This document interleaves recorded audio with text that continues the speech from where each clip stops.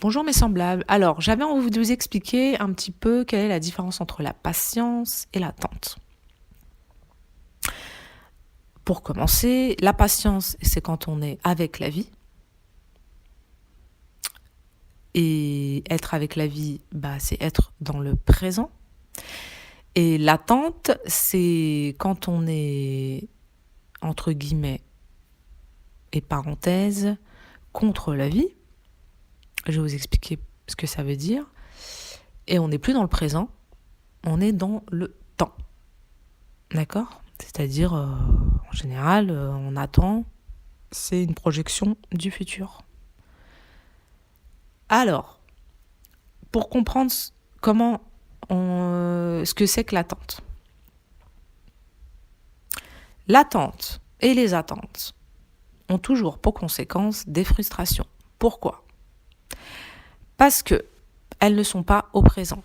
Il n'y a qu'au présent qu'on a du pouvoir, parce que la vie, c'est toujours un éternel moment présent.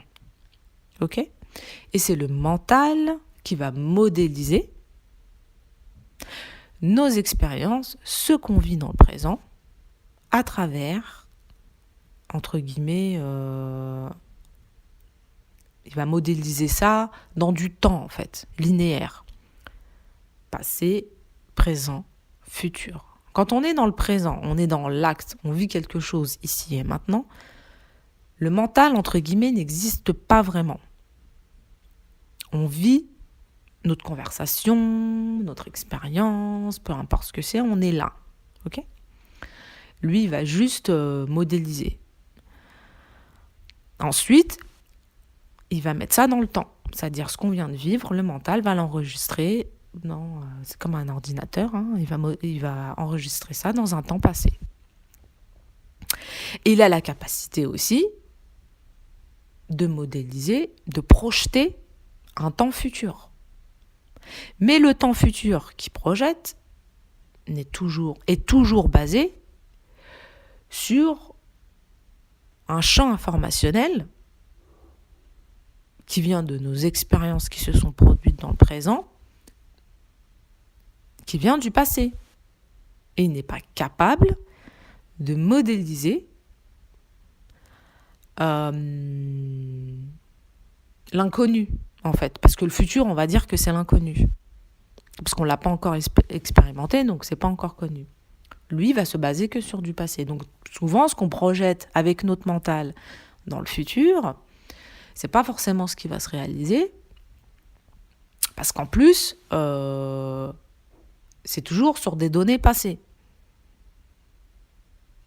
Il n'y a rien de nouveau. Lui, il ne sait pas faire. C'est pas son domaine de compétence, on va dire. Donc, pour revenir au rejet, à l'attente. Non, mais parce que je vais vous expliquer pourquoi. On vit une réalité. Dans le présent, on est face à une situation expérientielle. Ce qu'on vit ne correspond pas à nos désirs, à ce qu'on veut expérimenter. En tout cas, ça met le doigt sur quelque chose qui ne nous convient pas, qui nous met dans un état émotionnel, ça touche peut-être des blessures, peu importe, de peur, etc. En tout cas, ça nous met dans un état qui, pour nous, va déclencher une réaction, et pas une action, une réaction de rejet face à cette situation. Pour nous, elle est insupportable, entre guillemets, pour faire simple, ou pas acceptable. Elle ne convient pas totalement par rapport on a du mal à l'accepter. Donc, qu'est-ce qu'on fait ? On rejette cette réalité et on superpose dessus, avec notre mental, une projection d'une autre réalité qu'on va mettre dans le futur. Et cette autre réalité qu'on va projeter dans le futur, on va y mettre nos attentes. D'accord ? Et on va attendre que nos attentes se réalisent. Donc on va y mettre quoi ? On va y mettre ce que pour nous, nos attentes, peu importe la forme qu'elles prennent.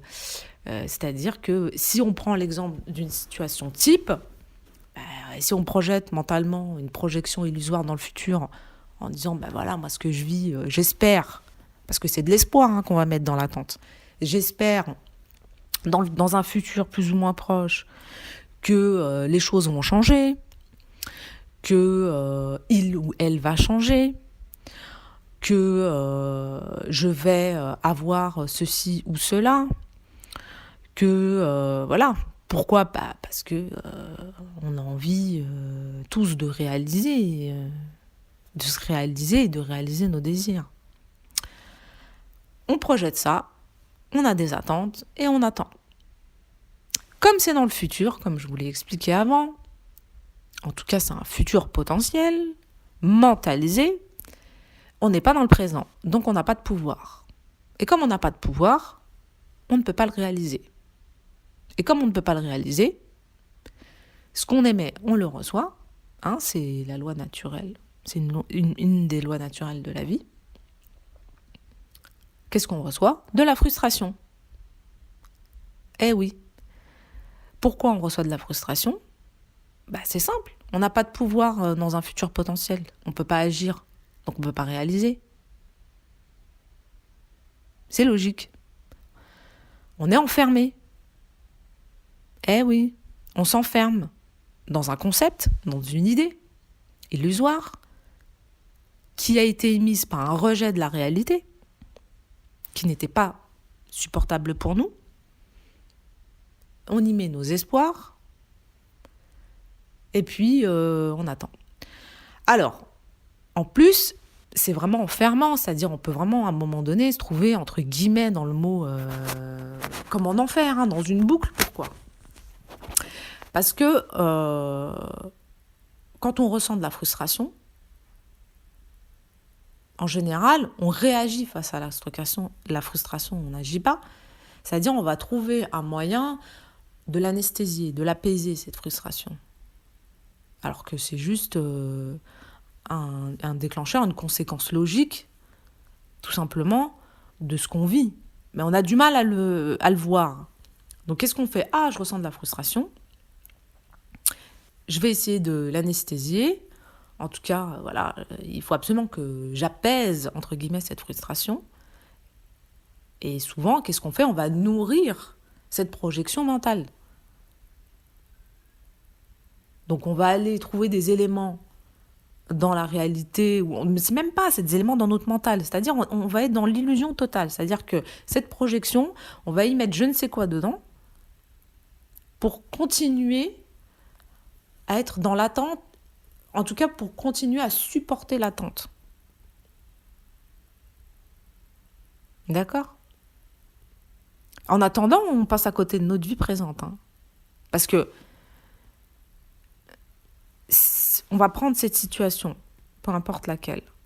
Si cette situation, je l'ai rejetée et que je l'ai mis dans un futur potentiel en mentalisant une projection qui me frustre en plus, parce que je n'ai pas de pouvoir, j'ai pas agi, j'ai pas fait d'action présente ici et maintenant face à cette situation.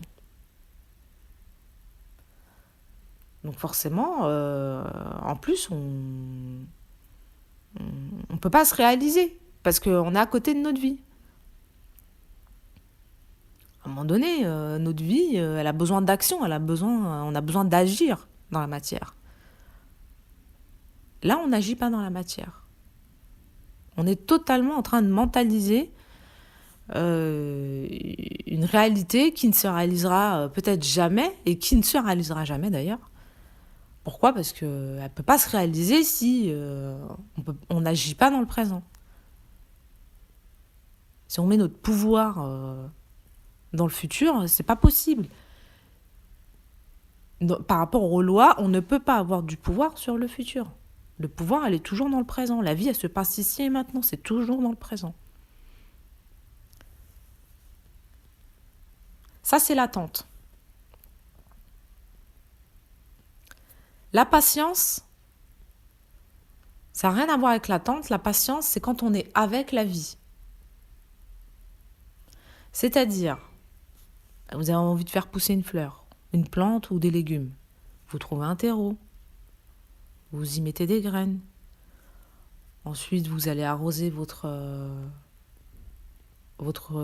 plante ou vos légumes, peu importe. Ensuite, vous patientez. Vous avez fait votre part, vous avez bien agi dans la matière, et puis vous patientez, tout simplement. C'est-à-dire, vous êtes avec la vie, vous laissez la vie faire sa part. Si vous dites oui, mais moi, je suis impatient, entre guillemets, on va rester sur l'exemple des légumes, que mes légumes poussent, etc., et que vous êtes tout le temps là à regarder vos légumes qui poussent, limite, vous pouvez même des fois enlever la graine pour voir si elle pousse. En plus, c'est ridicule de faire ça parce que vous allez empêcher la plante de pousser. Ben, vous n'êtes pas dans la patience, vous êtes dans l'attente. Pourquoi ? Parce que vous émettez des attentes de résultats. C'est-à-dire que vous avez bien fait les choses, ok ? Et au lieu d'être dans la patience, quand on est dans la patience, après, ben, on va qu'à nos occupations. Hein. On laisse la vie faire sa part. On se focalise sur l'action qu'on a émise parce qu'on met des attentes de résultats. Et qui met des attentes de résultats ? Ben, c'est notre mental. C'est-à-dire on utilise notre mental pour projeter un résultat. D'accord ? Et forcément, ça crée ce qu'on appelle de l'impatience. On est agité. On veut que ça arrive vite, ou on s'inquiète, etc., etc. Donc, ça, c'est pas de la patience. C'est bien de l'attente. Hein, on a émis une attente de résultat. Donc, qu'est-ce qu'on reçoit ? On reçoit de l'agitation, de la frustration. Et en plus, faire comme ça, c'est-à-dire que, comme je vous ai expliqué, le mental, lui, il ne connaît pas l'inconnu. Il est tout le temps il modélise le passé. On émet quoi, en fait ? C'est quoi l'attente de résultat ? On émet à travers notre mental quoi ? Quelque chose qui vient du passé, une information du passé. On va lui donner une forme, une couleur. On risque d'être déçu. Pourquoi ? Parce que la vie, c'est un paquet surprise, c'est un cadeau surprise quand on vit, de toute façon, et heureusement que c'est pas notre mental, parce que sinon on n'évoluerait jamais, on serait toujours dans la boucle du passé. La vie, elle se régénère, elle se renouvelle à chaque instant. C'est toujours une découverte de l'inconnu. C'est pour ça qu'on s'en réjouit et que c'est génial et que c'est mieux de ne pas savoir ce qui va se passer demain. Hein.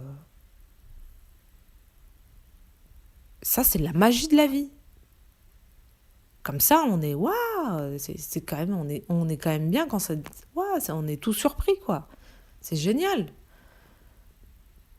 Si on met une attente de résultat et qu'on l'enferme dans une projection mentale, c'est-à-dire qu'on a mis une forme, une couleur, vous imaginez que vous allez comparer cette attente, cette projection, avec ce qui va réellement, avec la réalité, c'est-à-dire avec ce qui va réellement pousser.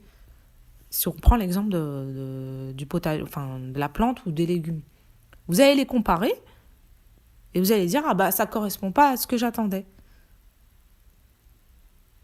Et vous allez passer à côté du plaisir de goûter ces légumes. Vous allez le refuser, vous allez le rejeter. Pourquoi ? Parce que vous allez le comparer par rapport à une projection que vous avez faite. C'est dommage. Vous créez cette frustration, vous rejetez la réalité, c'est dommage. Parce que peut-être que votre expérience, c'est d'aller goûter quelque chose que peut-être vous n'avez encore jamais goûté ou jamais vu.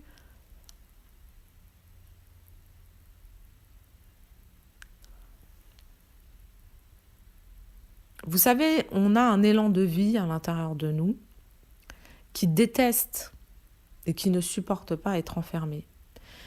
Cet élan de vie, il est libre. Il est vraiment libre.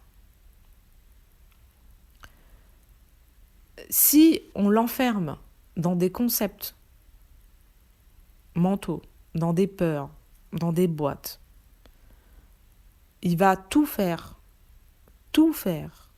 pour sortir de ces limites qu'on aura mis en fait.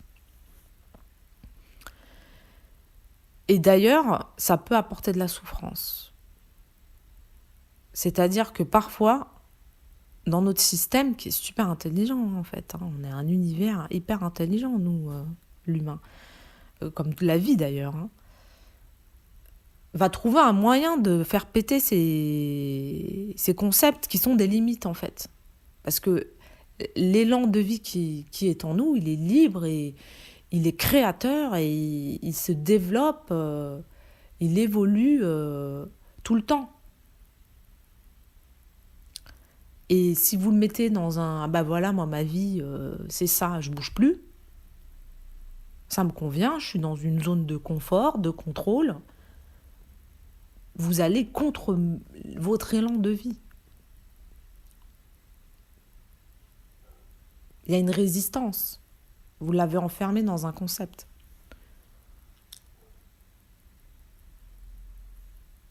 Donc forcément, il va trouver un moyen, il va vous mettre face à ces limites qu'on n'a pas forcément envie de voir et qui c'est vrai, qui sont difficiles à surmonter et à voir.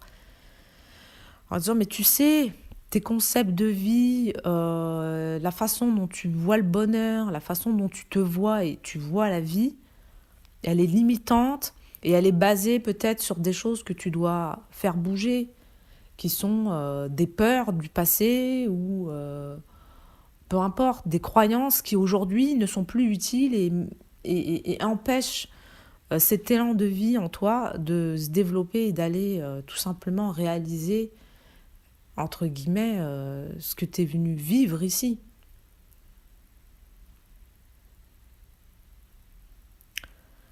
Donc,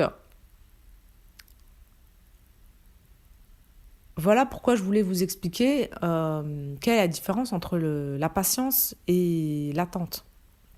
Donc la patience, c'est toujours au présent, il y a un acte, on fait notre part et ensuite on patiente, on va qu'à nos occupations et on laisse la vie faire son autre part, sans émettre des attentes de résultats. Hein, parce que si on refuse la réalité telle qu'elle est, on n'est pas avec elle, on ne peut pas agir. Peut-être que ce que vous allez vivre, ce que vous allez recevoir par rapport aux actions que vous avez émises ne vous correspond pas, mais vous savez l'expression quand on dit on récolte ce que l'on sème. Peut-être qu'il faut ajuster ce qu'on a semé au départ. Peut-être que voilà, on n'avait pas semé les bonnes graines. Hein, c'est-à-dire souvent ces intentions qu'on met. On n'avait pas forcément semé les bonnes graines pour avoir ce résultat, il y a un ajustement à faire. Ou peut-être la façon dont on l'a fait, bah, il y avait quelque chose à comprendre là-dessus. Peut-être que c'était le comment. Comment on a fait... on avait peut-être la bonne graine, la bonne intention, mais le comment, il y a peut-être encore des choses à ajuster. Donc, de toute façon, ce qu'on va avoir dans l'expérience, entre guillemets, le résultat, il ne faut pas le refuser. Vraiment, il faut vraiment l'accueillir pour aller comprendre et prendre conscience de nous-mêmes, de comment on fonctionne, de ce qui a besoin d'être conscientisé, libéré pour aller vers le chemin, tout simplement, qui sera en cohérence avec tous nos désirs et ce qu'on veut vivre ici-bas. Et si ça correspond, eh ben, ça sera génial. Ok? Dans les deux cas, c'est dans les deux cas, c'est important de l'accepter. Parce que dans les deux cas, ça sera toujours un miroir, un révélateur de nous-mêmes, de comment on fonctionne, de ce qu'on a émis, de pouvoir le conscientiser afin de faire autrement. Et c'est pas du jugement, c'est du discernement. D'accord ? On se coupe pas de nous-mêmes. On s'accueille vraiment avec bienveillance. Parce qu'on fait ce qu'on peut. Hein. On fait ce qu'on peut. On est là de toute façon ignorant et on apprend avec l'expérience à l'être de moins en moins. Sur nous-mêmes et sur la vie. Ok ? L'attente, c'est vraiment une solution de fuite, en fait. Hein. Ça, c'est vraiment, voilà, la réalité, je l'accepte pas telle qu'elle est. Moi, ça me convient pas. Je veux pas ressentir ça. Voilà, je vais réagir face à ça. Je vais fuir, en fait, voilà. Je vais fuir et je vais projeter mentalement une autre réalité dans laquelle je vais mettre tous mes attentes.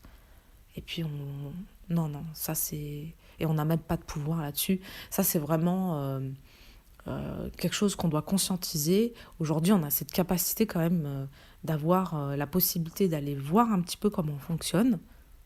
Hein.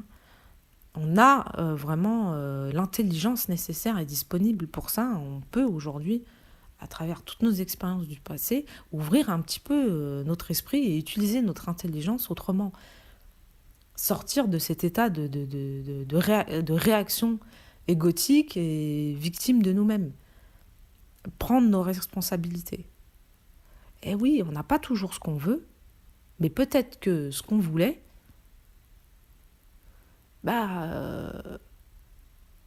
était lié à un concept qui a besoin d'être actualisé ou qui a été fait peut-être d'une manière dans lequel on n'a pas encore la maîtrise et la capacité, où il y a des choses à comprendre, peu importe.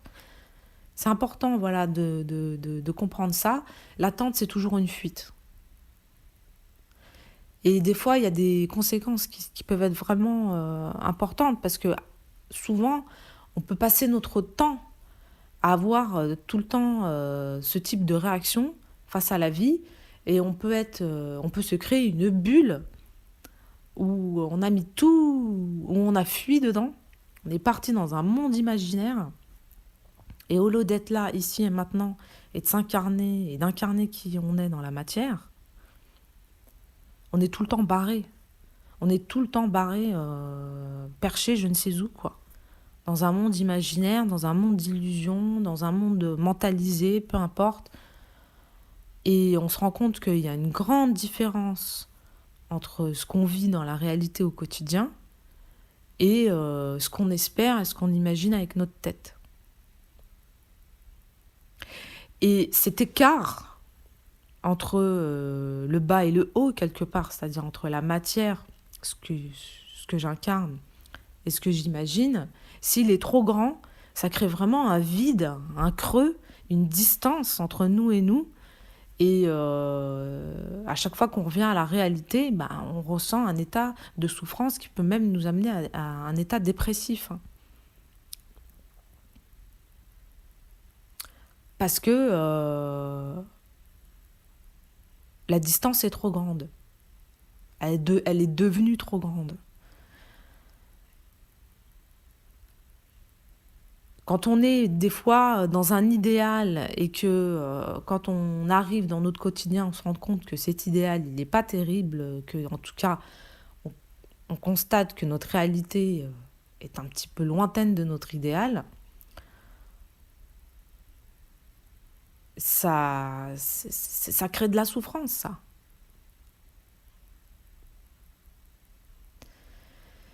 Et cette souffrance, comme on n'en veut pas, on ne supporte pas cette souffrance, on a des réactions de survie et on va la rejeter et on va nourrir encore plus notre idéal parce que on est monté dans notre idéal, dans nos côtés perchés ou notre imagination, ou nos futurs potentiels mentalisés, toujours par une réaction de fuite par rapport à la réalité. À un moment donné, on prend notre responsabilité, on se dit ok, je reste ici et maintenant. On commence avec ce qu'on a déjà là maintenant, avec les outils qu'on a là maintenant. Et à chaque jour suffit sa peine. On fait les choses petit à petit. Et petit à petit, on va commencer tout doucement à aller incarner, entre guillemets, nos désirs. Pas nos faux désirs. Mais de toute façon, c'est pas grave si on émet des faux désirs. La vie... n'est toujours que... Elle va émettre ce qu'on émet, on le reçoit. La vie, elle va nous le mettre en miroir et puis on va pouvoir l'ajuster en disant voilà, moi je croyais que c'était ça, je me rends compte que c'est pas ça, j'ajuste, j'accepte la réalité, j'ajuste, je vais aller voir ce que j'ai pas compris de moi-même. Si j'arrive pas à le faire tout seul, Eh ben, ouais, aujourd'hui, c'est pas ce qui manque, les gens qui peuvent vous aider. Vous avez moult, pléthore d'outils et